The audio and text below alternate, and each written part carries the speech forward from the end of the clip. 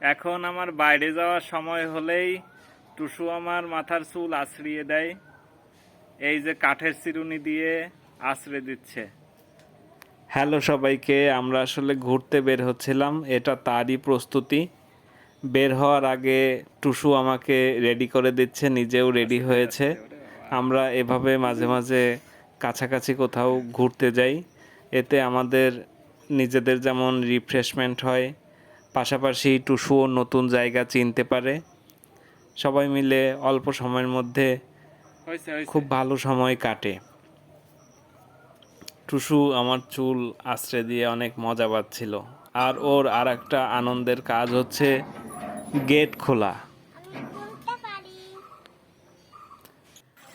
আমাদের যাওয়ার পথেই এই দোয়া পড়ে। আমাদের এলাকায় এটাকে দোয়া নামেই সবাই চেনে।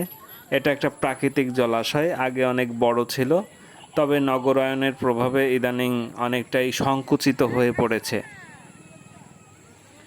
গরমের সময় এখানে অনেক বাতাস থাকে, তাই বিকেলবেলা অনেকেই এসে ভিড় করেন। নৌকায় চড়ে বেড়াচ্ছেন অনেকে। নৌকায় চললে অনেকটাই ঠান্ডা লাগে, বাতাস লাগে। আর আমাদের চোখ চলে গেছে কচু শাক, হেলেঞ্চা শাকের দিকে, এগুলো খুবই মজার হয়। আমরা পৌঁছে গেছি ইসকন মন্দিরের জগন্নাথ মন্দির প্রাঙ্গণে। এর পাশেই আছে রথ। আমরা এমন একটা সময় গিয়ে পৌঁছেছি যখন ভক্তবৃন্দ ছিল না বললেই চলে, শুধু আমরাই ছিলাম।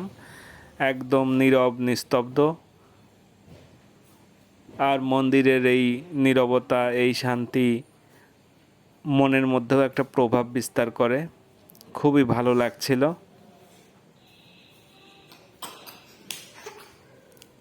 টুসুকে নিয়ে এই প্রথম গেছি ওইখানে। একজন সেবায়িত তুলসী আরাধনা করছিলেন।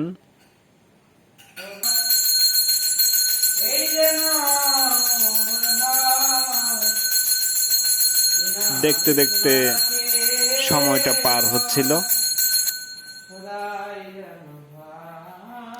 খুব সুন্দর একটা সন্ধ্যা আমরা কাটালাম। অসংখ্য ধন্যবাদ সবাইকে।